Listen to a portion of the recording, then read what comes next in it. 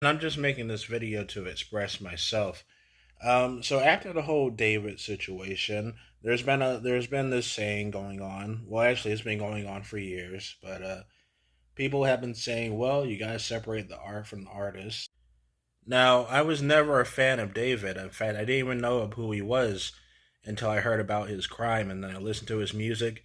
His music sounded like garbage. I have no idea why people liked it, but anyway, there have been other people who were pretty famous, and they kind of ruined the piece of art for me. Like as I get older, the mindset of separating the art from the artist, it just gets harder and harder, especially when that artist has done something horrendous. So in this video, I'll be naming some examples of when the artist ended up ruining something for me. So let's start off with High School DxD. Now, High School DxD is a perverted comedy anime, very raunchy. It's a stupid show that I remember watching on YouTube. Someone uploaded the episodes on YouTube. I don't know if they're still there or not. Probably not since it's been so long. By the way, one thing I really hate about perverted anime is that you'll have these characters that look and sound like they're over the age of 18, but then it turns out they're under the age of 18. I really hate that. That's why I really like One Piece, because in One Piece, at least most of the characters are over the age of 18. Thank you, Oda. But anyway, I really enjoyed the High School DxD English dub for seasons 1 and 2. Because the thing is, with the English dub, it had a less serious tone compared to the more serious Japanese subtitle version. Now, the thing is, when you have a stupid anime, it makes more sense for the voice actors to just go out, with the full stupidity and have more self awareness. I'm okay with that because DxD is a stupid anime, so it makes sense for the voice actors to be more self aware and have more fun with the role. It's very obvious that these actors know that they're playing as like degenerate characters. And in the Japanese version, the Japanese actors, they try to play things a little bit more seriously, and it doesn't work because it's freaking High School DxD, not Full Metal Alchemist. But yeah, I remember really enjoying Issei's voice actor. He did a fantastic job. His name was Scott Freeman. Then, sometime later, I found out that Scott Freeman got arrested for actually having CP, child pornography. Now, I wanted to make a joke about how that's actually in line with Issei's character, but no, not even Issei would be that degenerate, I think. But yeah, the actor having real child CP, not like the fictional drawing stuff, the actual thing, it made my heart sink, and it pretty much ruined High School DxD for me. Like I haven't seen seasons 3 or 4, but I do know that they replaced the voice actors. The voice actors went through some changes for some reason. I mean, for Issei's voice actor, for Scott Freeman, that's understandable, but some other voices got changed around too, apparently. Scott Freeman would pretty much lose any job in the voice acting industry. Funimation pretty much dissociated from him. His voice actor for Issei, or the voice actor for Issei ended up getting replaced, and Scott Freeman ended up spending about 3 years in prison. And in my opinion, 3 years for pedophilia, that's a little too short. Like, I get it, it's a mental disorder or something like that. Some people, I guess people can't help being born that way, but when you're a pedophile and you involve yourself with CP, you're still, contributing to the issue. Like, you're still harming children by encouraging the. I don't even want to talk about that kind of subject. But anyway, I just think it's messed up how, in America and I guess in Japan as well, pedophilia can net you like a few years in prison. But when you have to steal to make money or sell drugs to put food on the table, you can get a longer sentence in prison. Like, what's up with that?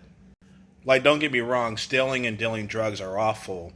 But in my opinion, anyway, pedophilia is about 10 times worse because at least with pedophilia, there's more self control, I think. I don't know. It's a subject I don't want to talk about no more. I'm sorry.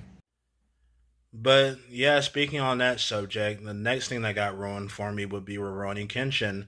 In the year 2018, the manga artist was caught with CP. And, I remember seeing Rurouni Kenshin volumes at my public library. I always wanted to read it, but I never did for whatever reason. Now, after the manga was already finished, at least the original series, that ended in 1999. The author got caught with CP in the year 2018, but Lord knows how long he's actually been hoarding CP. And there hasn't really been much news on it. Like, not much coverage. Like, yeah, he got caught with it. But what was the punishment? I think he had to pay like a fee, but this guy was like already like rich anyway off the manga series. And what's even more disturbing to me to this day is that they're still promoting Rurouni Kenshin media. Like, I hate to say it, but I think real life needs an actual Rorschach. But yeah, now I just refuse to buy any Rurouni Kenshin volumes. Like, if I ever do decide to read it, which I probably won't, I'll just pirate it. Now, what's even more crazy to me is that the manga artist's wife, she's still married to him, and I have three theories as to why. Either A, she genuinely loves her husband who got caught with CP. B, she's only in the relationship for money. Or C, I hear that in Japan, divorce is a very big no subject. Like, if a woman decides to divorce her man in Japan, she risks getting ostracized. And, Japan still has some outdated beliefs. So that sucks, but I don't know why. I don't know. I really don't know why you would want to stay married to someone who got caught with CP. Now, one thing I love about YouTube are the animations, and yeah, if you're familiar with the animation part of YouTube, then you know who's coming up next. You already saw the thumbnail. It's Squizzy, aka Hyojin. Now, the first red flag about Squizzy was that she had a habit of using slurs. And I'm not talking about just saying the regular N word like nigga. Like, I'm talking about the N word with a hard R. And, that was already weird. But, I mean, to be fair here, people using slurs on the internet, that doesn't bother me at all. I personally believe that the internet is like the ultimate place for free speech. So I'm okay with people using the hard R. In fact, I think it's pretty ballsy of you to do that on YouTube and other streaming sites. Then there is a second red flag. Squizzy had a reputation for drawing NSFW art, not safe for work art, inappropriate lewd images of fictional characters. And to be honest, that doesn't really bother me. Because if it did, I'm just gonna be honest. If that did bother me, I wouldn't have bought these volumes of Soul Eater over here. There are some perverted moments in Soul Eater. I don't know why the author felt the need to implement those. And to be fair here, a lot of anime and even American cartoons have perverted and indecent moments. So yeah, um, as much as it's an uncomfortable subject to talk about for me anyway. But hey, you do you is not illegal. It's technically art, and yeah, I don't feel comfortable talking about this kind of subject. Plus, one of the people involved with Adventure Time and Steven Universe, Rebecca Sugar, she literally drew Ed and Eddie Yowie fan art, and now you're probably gonna have to go on Google and can see it for yourself. I actually found out about that from the YouTuber Rebel Taxi, my favorite cartoon critic. But the straw that broke the camel's back was that Squizzy got exposed as being a domestic abuser. See, Squizzy was in a relationship with another YouTuber called Punk Duck, and Punk Duck ended up, pointing out that how Squizzy was basically crazy and physically abusive towards him.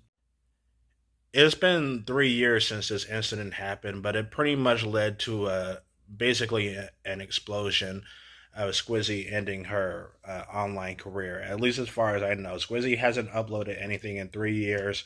Her Patreon is gone, and she still has her YouTube store up. And I feel like if you buy this overpriced shitty T-shirt, you have very bad taste.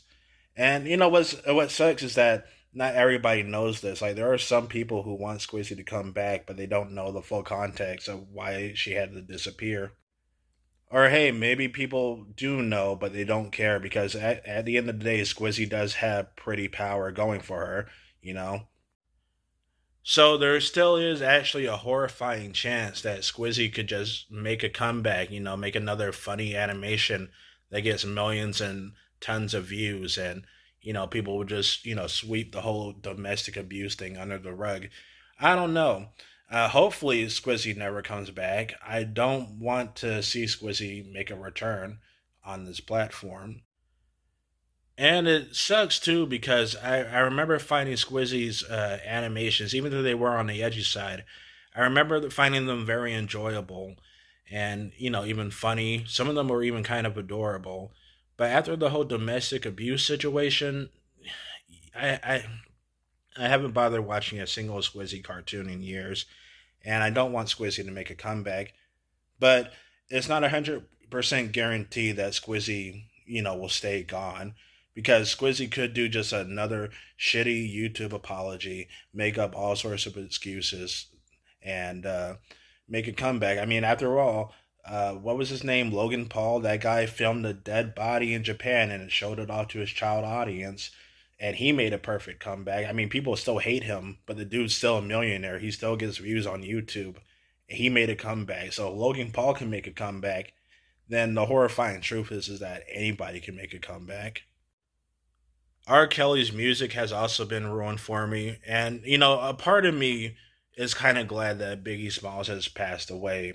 Because if Biggie Smalls was still alive, who knows what kind of indecent, horrible stuff he would have done if he were still alive. Like I'm not saying Biggie Smalls was a bad person, but P Diddy got corrupted by money and fame, and I wouldn't be surprised if the same thing happened to Biggie Smalls as well. If he were still alive. Anyway, this video has made me genuinely feel pretty sad, so I'm just done talking now. All right, I don't want to end this video on a sad note, so here's something a little bit more positive. I recommend reading this manga series by Kabi Nagata. This is an autobiographical manga, so this is a manga based on her experiences with life. She has dealt with anxiety and depression, and I feel like her stories might be relatable to people. We have My Lesbian Experience with Loneliness. Now, despite the title of this manga, this is not a Yuri. I will. Well, I mean, something Yuri-ish does come down, but that's not the point of the manga. Is to talk about her experience, basically losing her virginity and dealing with that anxiety of that experience. She also has some other manga series like My Solo Exchange Diary. Uh, let's see, My Alcoholic Escape from Reality, My Wandering Warrior Existence. This one she talks about how all her other friends have gotten into marriages and stuff while she remains single. And I like her manga. They can be pretty depressing, a little too real, but they still go to show that there's still a bright side at the end of the day. She went through an eating disorder, and she even apparently, well, no, not apparently, she did actually break her pancreas. You know, so yeah, if you're curious, if you want to read a manga that's a lot more slice of life with some comedic elements to them, and some relatable anxiety, or if you're going through depression or something like that, I recommend her work. You know, like it's not just all about the anxiety part. Um, it's just a mixture of comedy and being horrifically relatable.